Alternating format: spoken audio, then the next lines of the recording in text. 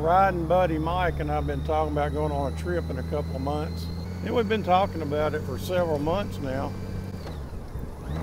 About a month ago, we got together. He said something to me. I can't remember exactly how he said it, but what I heard was, "Are you sure you can do this?" Well, that just didn't sit right with me. Thought about that for a little bit, and I thought, well, you know that I can ride because we rode to Colorado a couple of years ago. Yeah, it's been a couple of years. And that was, all the way out to I guess the farthest point was Ridgeway, Colorado, where the True Grit Cafe is. And I remember that being about the furthest point. And I've got the coffee cup to prove it. Been there, done that, made it back, no problem.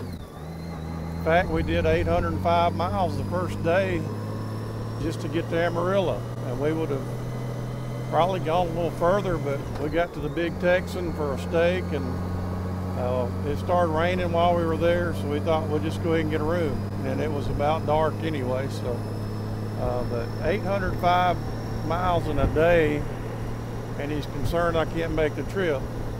Well, he says, you're older now. I was 50 then, now I'm 52. I don't know, I just really didn't like the way that, I didn't like what I heard. I know maybe just showing concern for me or whatever, but I don't know, just didn't sit right with me.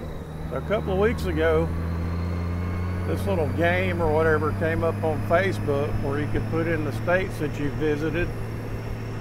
And in the continental United States, I still lack 7 states that I've not been to. 3 of those are going to be taken care of on that trip that Mike and I go on later in the year.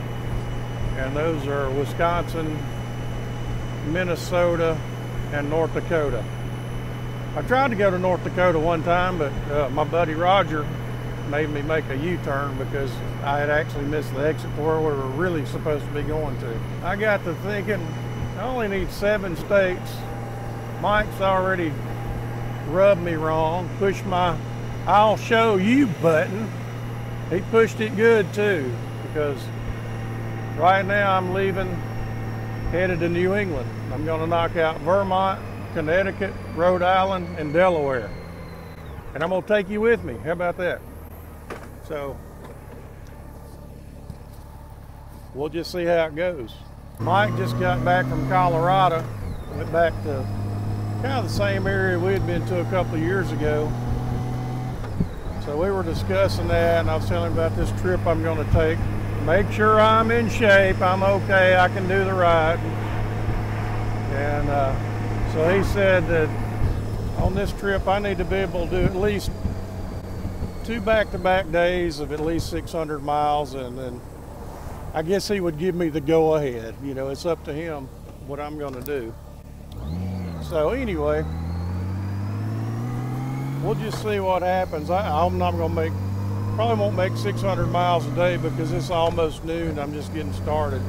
So roughly my plan is to go to Bennington, Vermont.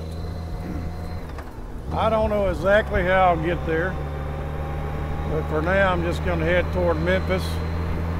And then when I get to Memphis, I'll decide if I'll keep going north or if I'll head east. So that's just kind of the way I like to travel. Just kind of play it by ear and see what happens. Watch the weather, that kind of thing. Read the clouds, see what the clouds tell me to do. See how I feel, see where it looks like I could get to for the night. One of the options is to go through Nashville. Really don't care that much about going through Nashville because I go to Nashville so much. I like to go different places as much as possible. I knew I could do this, no problem. I've already made it to Lexington, Mississippi. Been gone an hour and a half, and I've made it, let's see, 35 miles. I'm glad I'm not that guy over there, 93 and sunny. He has got to be nice and warm. Just made my second stop. That first stop took me an hour and a half to get 35 miles. I just had some issues this morning. I spent 5 hours before I took off trying to get my camera mounts like I wanted them. Did a lot of setup and testing, and got on the road with what I thought was the best I could get done, and it just didn't work. I stopped for lunch and made some adjustments. Ended up taking some of the gear off. I was looking like the Beverly Hillbillies with some of the stuff I had going on there. So I feel better now. Got all that off the bike. At that first stop, I just went ahead and took all the rigging off. For the first hour and a half, 35 miles, and the last hour and a half, I've gone 126. So it's been pretty good. I've already fueled up. I'm in Senatobia, Mississippi. I think I'm about 30 or 40 miles south of Memphis. I need to take a look and see which direction I'm going to go when I get to Memphis. So right now, just rehydrating, and have come up with an idea of how to shoot some video, because I was very disappointed that I couldn't take some shots of the scenery on the way up here. I'd love to share that with you, but that's just missed opportunity now. But I've got an idea, so I'm gonna pull out the secret weapon. Let me grab that real quick. Yep, the pistol grip selfie stick. So I'm gonna see what kind of shots I can get for you with that. And hopefully I won't lose my phone on the road. I've got the iPhone mounted up on the selfie grip. Got a place to keep it. Got a nice little compartment here on the bike that had a cover on it. I took the cover off, and I'm going to shoot as I go down the road and then just drop this right off in here. We'll see how that works out. Diane, if you don't hear from me, I've lost my phone. Looks like the fastest way is to go through Nashville, 1,264 miles. I don't really want to go through Nashville. Nothing against Nashville, love it, but I've lived there for 9 or 10 years, so I've been there too many times. So I think what I'm gonna do is modify a little bit, go up probably Union City, Tennessee, Paducah, Kentucky, and then head east across there and come out somewhere, and then pick up the same route again.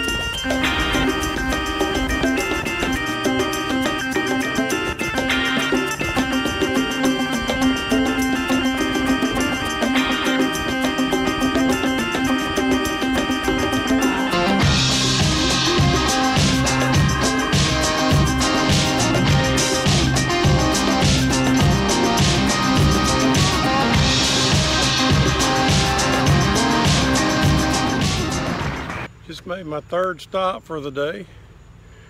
Rode about an hour and a half, but only made it about 90 miles because I came through Memphis and then up Highway 51. Real nice place to take a break. Lots of shade because there hasn't been much shade on the road. There's this huge old magnolia tree.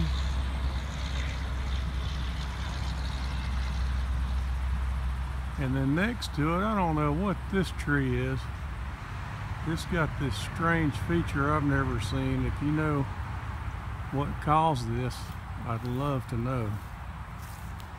But at the bottom, the trunk is smaller at the bottom. It gets smaller. I've never seen that.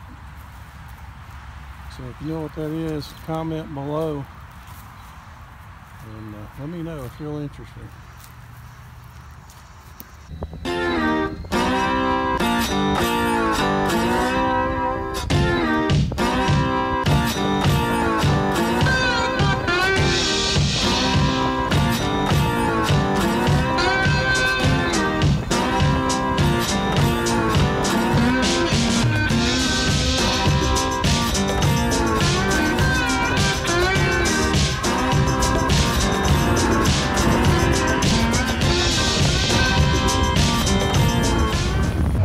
Got to turn around. I just saw the place to eat.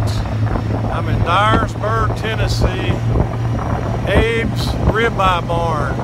Let's go back and find it.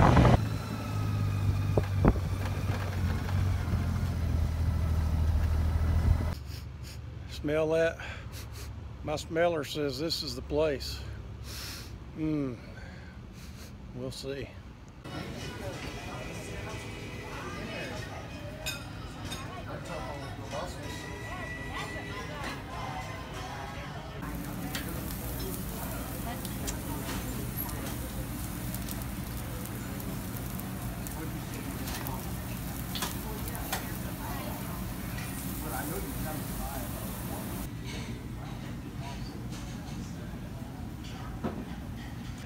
Salad time.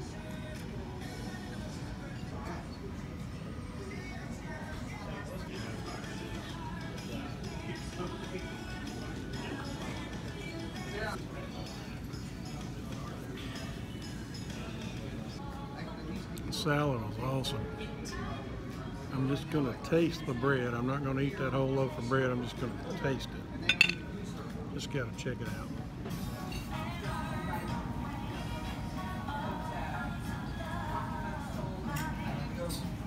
What this is, maybe that's honey butter and this is regular butter.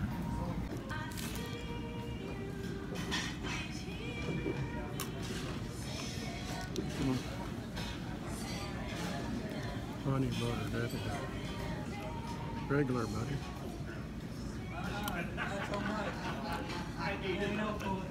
I'll go back with the honey butter.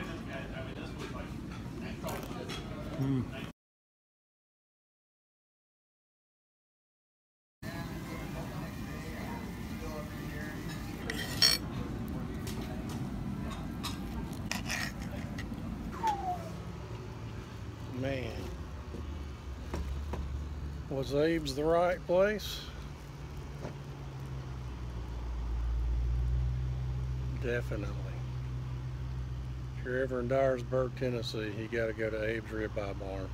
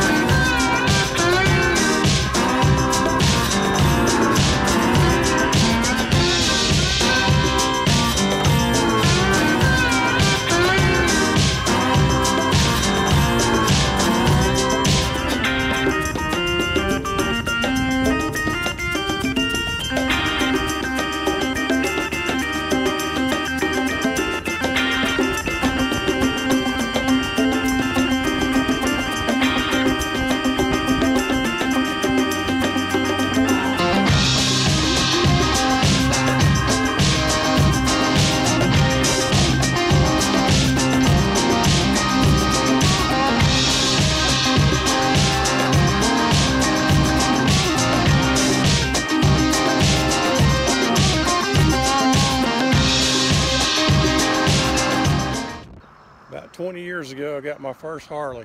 It was a 1998 Heritage Softail, and I was in southern Illinois, had a problem, didn't know what to do, wasn't really familiar with the dealer network and all that.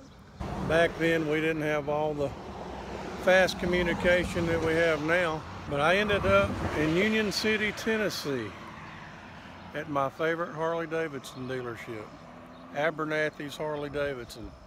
But the building that we're looking at there is not the same place that I showed up to. I needed help, and I rolled into this little place across the street here.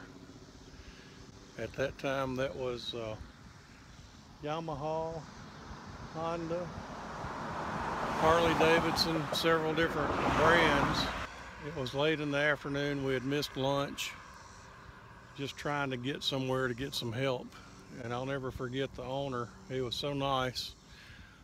He was telling me that his father had just passed away. This was like in 1998 or 99, and he wasn't sure about operating the business. It's so nice to us. I asked about some place close by to eat, and you can see we're just out in the country.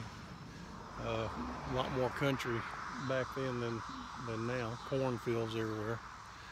But he threw me the keys to a brand new truck sitting outside and said, "Here, take my truck." And he gave me directions to his favorite restaurant, and that's where we went for lunch. And I'll never forget that day.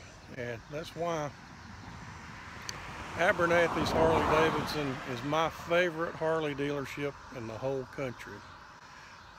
So I would recommend anybody come here, and I would say that his dad is probably very proud now of what all has been built around here. They have another dealership over there for other models, and then the new Harley dealership, which is not new. I came by here a few years ago while they were building it, so it's several years old. But anyway, just to walk down memory lane here.